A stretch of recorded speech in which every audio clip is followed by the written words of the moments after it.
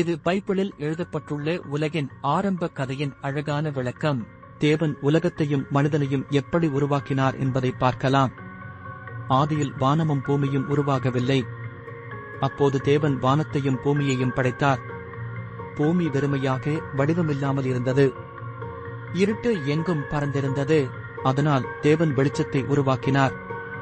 அவர் பார்த்தபோது அந்த வெளிச்சம் நல்லது என்று தெரிந்தது. அதனால் தேவன் வெளிச்சத்தையும் இருளையும் பிரித்தார். இப்படியாக 6 நாட்களில் தேவன் ஒவ்வொரு நாளிலும் ஒவ்வொரு சிருஷ்டியை உருவாக்கினார். வெளிச்சம், வானம், நிலம், செடிகள், சுடர்கள், நீர்வாழ் உயிரினங்கள், பறவைகள், மிருகங்கள், இப்படி தேவன் 6 நாட்களில் உலகை அழகாக உருவாக்கினார்.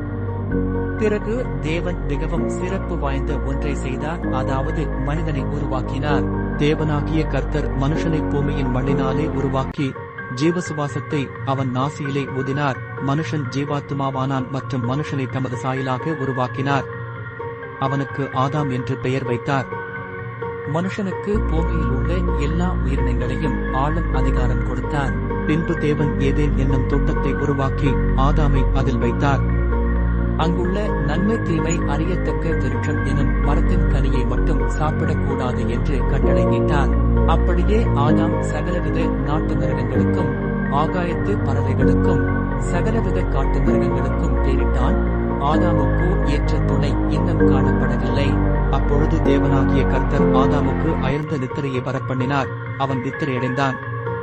அப்பொழுது ஆதாமுக்கு ஏற்ற துணையை தேவன் அவருடைய விலா எலும்பினின்றும் உருவாக்கி அவரிடம் கொண்டு வந்தார்.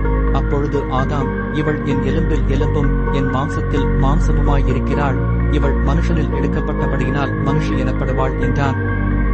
ஆதாம் அவளுக்கு மனுஷி என்று பெயரிட்டார்.